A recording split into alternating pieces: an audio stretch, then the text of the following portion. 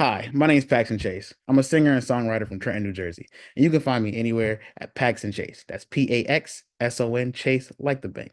And you're watching and listening to Two Geeks Talking. Good morning, afternoon, evening, everyone. Two Geeks Talking is an entertainment industry interview show where we interview the creative people from the comic, film, TV, movie, and video game industries. And of course, I'm your host, Kurt Sasso. We're joined today on a brand new year. It is 2025. Go figure, time flies. I have not had musicians on the show, even though I interview all people from entertainment industry in comics, TV, film, music, and video games. I have not had a musician on this show a very long time. So I'm very pleased to announce a very talented musician from New Jersey, of course. Beautiful sound, great style. We'll dive into all of his work here as well, too. We're joined by the ever-talented Paxson Chase. How are you doing today? I'm doing great, man. Thank you for having me. That's good having you on. I have always loved music. Music is always around everyone's lives, no matter what it is, whether they like film, hmm whether they like television, or whatever the case may be. The fact that you're in the industry is amazing. I'm getting ahead of myself as I normally do. For those that don't know anything about yourself as a creative person, tell us who you are and what you're bringing to Two Geeks Talking today. I'm bringing a different type of sound, a sound that a lot of people don't do. I do like a indie hip hop, sometimes an alternative lo-fi type of thing. I really like to focus on personal topics like mental health or even like heartbreak, especially heartbreak because life. But that's what I try to bring to the table, something different, something unique when it comes to music because I feel like we've all heard the same things different ways, but let's do different things at the same time. Yeah, the heartbreak thing, and whether you're in debt or whether you're going through debt or whether you bought that F-150 truck, or oh no, wait, that's country. Sorry, that's a totally different vibe. I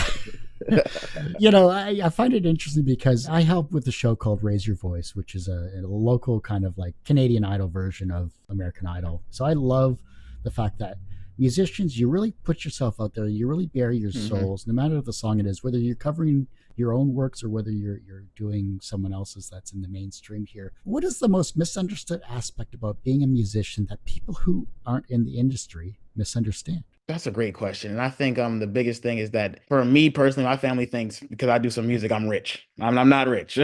I'm just a regular guy under this mask. So a lot of people think like if you get a certain amount of numbers, you're that guy. You're doing everything. And like, of course, some people know like you're not mainstream, but they think like you're not sleeping or you're not really focused on a lot of things. And I can do a lot of different things.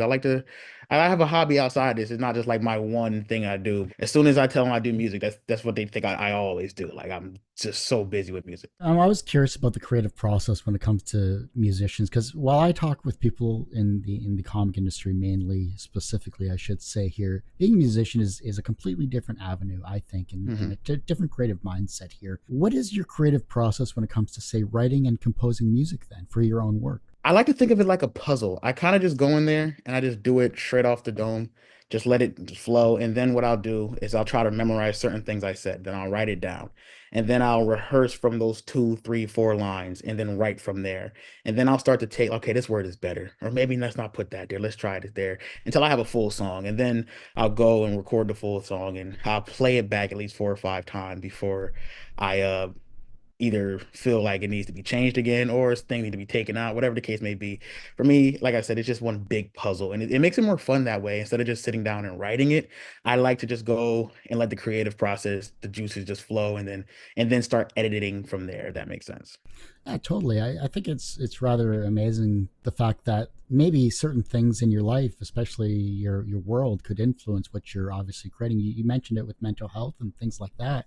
I think that's a huge hot button topic when it comes to personal growth. I think personally, when it hmm comes to that hmm aspect here, how is the mental health aspect, talking through and singing through your life, helped you grow as a person and as a musician? It definitely helps me with reflection because there's times where I hear songs from like 2019 and I think like dang like I got past that, like I did better now. And it makes it, feeling of pride for yourself, being able to put that type of vulnerability out and have people come to me and say, hey man, I related to that, or you really helped me with that, or you helped me get through that same scenario, man. That's something that hits the heart, man. That's there's just nothing that could top that feeling. So, what about any memorable stories or anything along that line when it comes to the writing process here?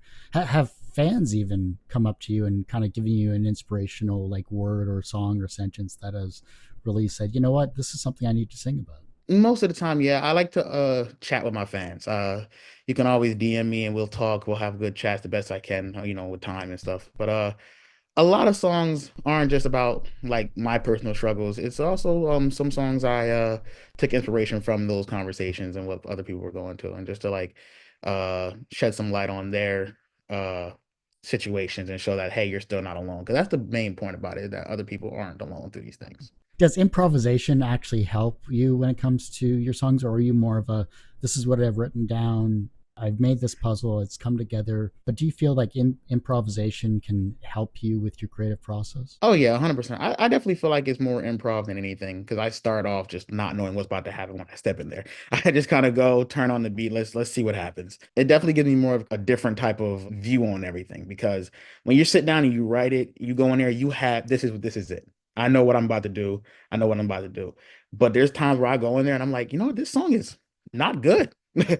Give me another one. Let's try it right now. Like, so I walk in there thinking I'm about to do one song, then I come out with three, four different songs. So I definitely think improv does play a huge factor in my creative process. We're talking about the your current EP here, at least the one that you mentioned to me when you scheduled for this interview. It hurts, doesn't it? Talk about that particular EP specific, and why is it important for people to listen to it? It hurts, doesn't it? Takes you through a whole journey, especially now with like the whole TikTok and scrolling phase.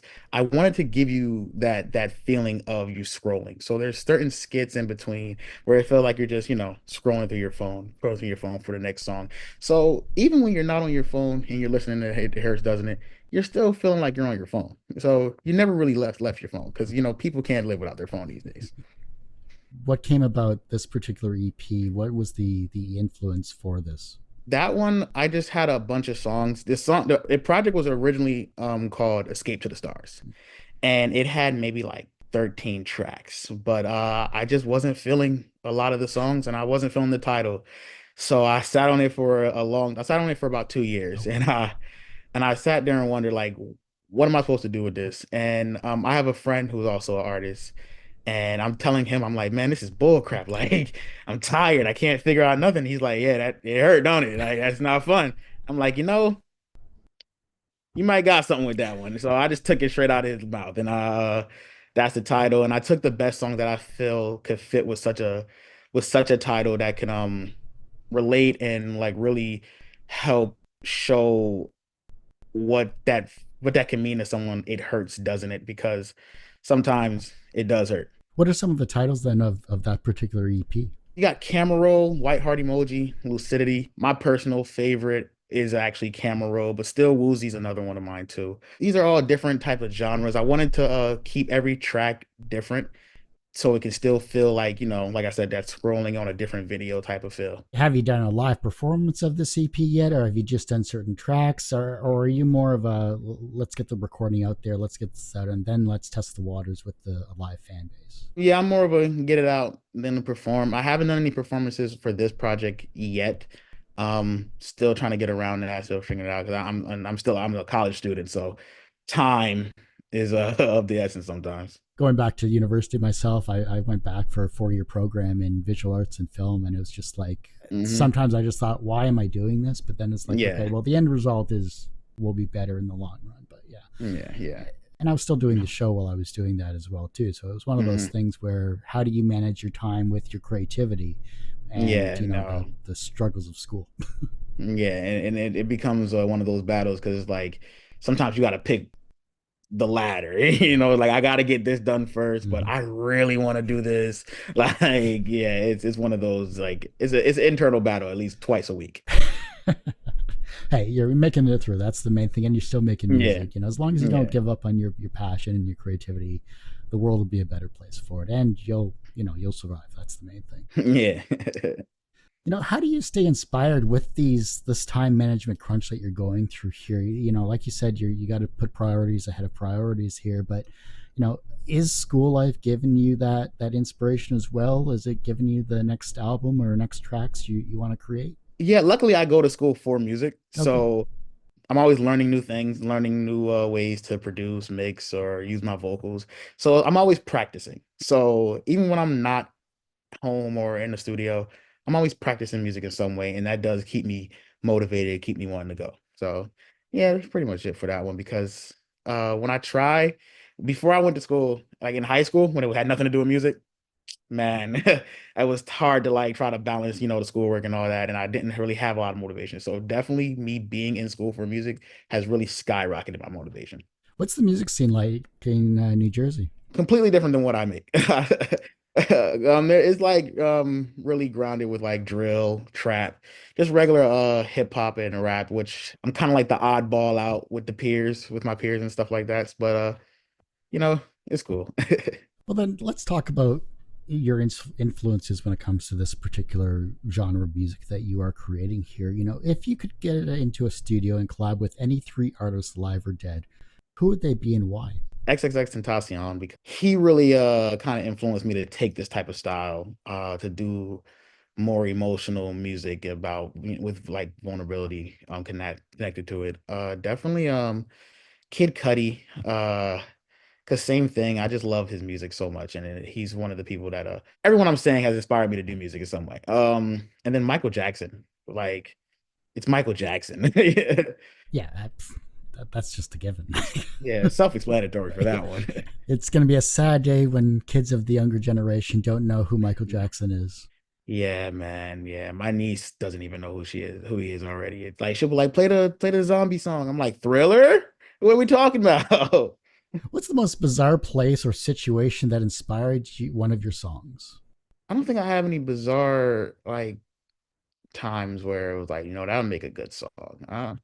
Yeah, I don't think I have anything like that. Because I'm constantly like jotting down things even when I'm like, I know it's bad, but even when I'm driving, I'll be like, oh, wait a minute, let me write that down real quick. Like I'll stop anything, whether I'm at work or not. I have an idea, I'll go to the bathroom and write that down. So it's never like a bizarre situation because I'll always take the time to jot ideas. You mentioned some of your influences here, but let's go on the other side of the spectrum. What is the most embarrassing song on your personal playlist that you secretly love? It's this anime song. It's a new anime that came out called Don Da Don.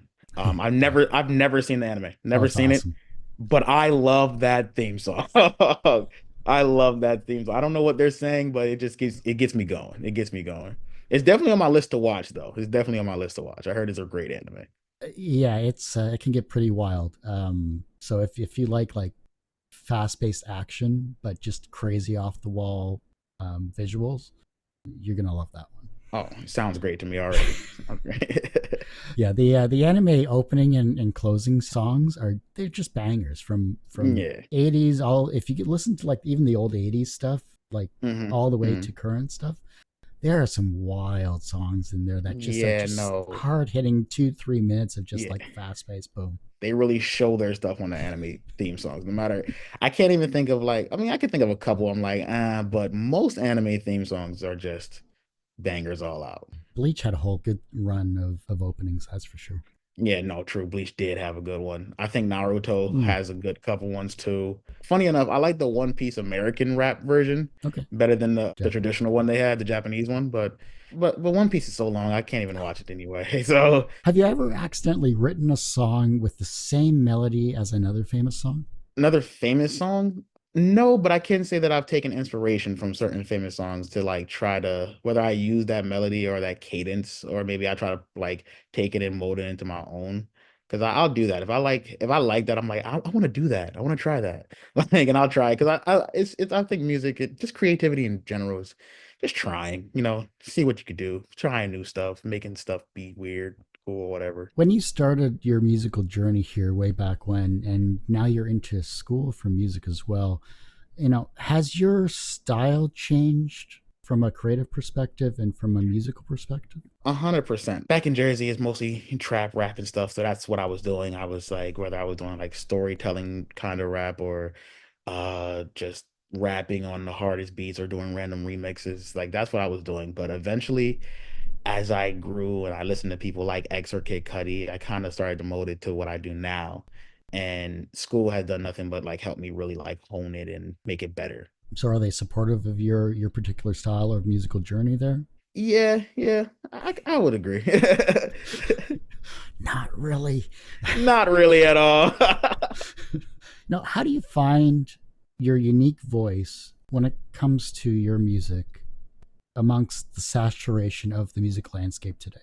I have been trying to make a different, like my voice unique for so many years to the point where I had to realize that me being me is unique. You know what I mean? So when it comes to like me doing like certain songs or singing a certain way, I don't want to, I don't try to sing like this person anymore. Like, or maybe if I do it like this, it'll be cool. No, I just do it the way I feel would work for me. And that in itself makes it unique because now it's my art. It's not like I'm trying to be John from Tennessee or Tim from Hoboken, it's just me. So that's the way I try to do it. I always try to keep it authentic to me and do what I know is best for me instead of trying to be like my idols or inspirations. It's more like, yes, they inspire me, but I don't want to be them. Because I feel like a lot of people get that as confused. Because next now they want to be the next Kid Cudi, the next Drake, instead of just being you and going there. We all grow personally, professionally, in whatever we decide to do. And, it can be a longer journey than you realize. If you're Yeah. starting off young and, 20 years down the road, you're still in the industry, you're going to change probably five different ways. Yeah, no, because I def started this at 17. So I'm 26 now. So it's like a lot of lessons learned, a lot of journeys and roads taken. So What lessons have you learned from your parents that has shaped your music? definitely to follow your dreams. My dad is from a country called St. Lucia, and he wanted to, come down to America, have a family. Like that was his goal, that was his dream, and he achieved that. And one thing he always pushes me is just do what you believe for yourself and always try your best because at the end of the day, at least you could do is try. So that's something that I keep to myself all the time. Just at least try it out. And that's what I believe, especially with creativity. Like I said, just trying. No one's going to tell you it's right or wrong when you're in your bedroom doing it. So, how has technology and digital platforms like Spotify and those streaming platforms influenced your approach to creating and sharing music? Definitely way different than a hey man, here's my SoundCloud link, or hey, you want to hear something real quick? It's much easier to get to a broader audience, and I think that's a much powerful step for people like me who are independent and who are doing this kind of with no backing. Because I remember, like I said, starting this at 17, having to go up to people in class like, hey, what you listening to? You got to hear this real quick. This hard. It's hard. It was not hard, in fact, but definitely a broader audience now because of that. It's a really big blessing. What's the second wisest piece of advice you've received that has stuck with you in your current musical journey? Don't take the negativity too serious because you're gonna get bad. People are mean in general. People are mean for sometimes no reason, simply because you're doing stuff they can't do or don't understand. So you gotta let that roll off sometimes because you take it to the heart, you start to question yourself, you start to doubt yourself a lot. It's better off to just say, "Hey, man, that's your opinion," and keep going on. So, screw the haters. Screw the haters. There's your next track, Screw the Haters. Everyone has one person that inspired them on their path to where they are today. Who was that for you? I definitely think my mother, watching her as I grew up, work hard, keep the family, a family, and get things like my mom was that mom on Christmas. Like she told you wasn't getting it, but then you got it. Like no matter how hard it was to get being financially stable. So she really taught me to just keep pushing through it all, no matter how bad it feels or seems, to just keep pushing it. And that's something that gets me up during the day because there's days I just don't want to get out of bed, like anybody. So it's like, nah, because mom would get up. From a professional standpoint, you've created your own EPs. You've created other music as well that we didn't touch on here today, which means you got to come back and talk about your upcoming albums and things like that when you Mm, get more into whatever your next album is going to be. So I can't wait to talk with you again in the future for sure. yeah, So, 100%. from a professional standpoint, you are successful in that regard. Do you consider yourself personally successful? Oh yeah, yeah, because I think of it like success is what you make of it, and I think I have good friends, good relationships, especially when it comes to the music. I've done a lot more that younger Paxson wouldn't even believe. So I do think that I am very successful, and I just feel like it's only so much more success to get. You know what I mean? I'm ready for the journey. The reverse of success is failure. How do you deal with your failures? Learn from it. I'll sit down and really ask myself, okay, how did this go wrong? Or how did this fail? Not even go wrong, because sometimes you gotta fail to, progress. So I'll try my best to really learn from the fails because I think that's what you're supposed to do. You can't dwell on it too much. You can't let it bring you down, but you got to learn from it. The younger generation are looking at your work and becoming inspired to be creative in their own way. And the fact that you're a musician, maybe you're going to then inspire them on that particular path. How can they inspire the generation that follows them? That's a great question. I think you got me for this one. I think by doing the same thing that we're all doing as creatives, or just anybody who's like really trying to progress and do well in life, is just showing the younger generation and so on and so forth that, to do your best and try and keep going and find something that you love and just do it. Don't be afraid because of the haters, because screw the haters. So just teaching the morals and the mindset of loving yourself and just keep going through all the turmoil and tribulations. I think that's a good way to teach. Last question's a fun one before we wrap up the interview, and it is this. If your life was a album, what would its title be? And what other type of genre would you sing other than what you're used to? My life was an album, probably be Wake Up, because I love sleep. I love sleep, but then there's times where I know I gotta wake up, gotta go do this, get out of bed. So definitely Wake Up. I would love to try rock and roll. I love every genre of music except for country. It's not really my it's not really my cup of tea, but I am open to trying anything. I do have certain songs where I've tried like a hard rock or pop rock, like different types of rock. I just haven't put those out yet. I'm still trying to get the confidence level to get that out there. But I'm open to really try anything, but I definitely want to do rock and roll one day. Well, Paxson, I hate to say it, but that ends this particular episode of Two Geeks Talking. I want to thank you so much for coming on the show. Of course, man, and I thank you for having me. I will be back. Before I let you go, though, where can we find you? How can we support you? And of course, any other websites or social media you would like to promote?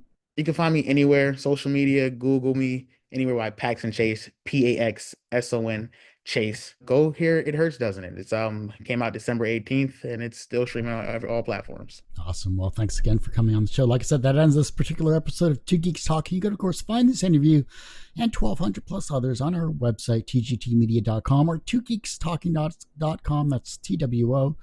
Website is going through a complete overhaul, so don't even bother going there, which I just say it because it's habit after 16 years. So go to our YouTube channel. I know that's always updated because I update it myself.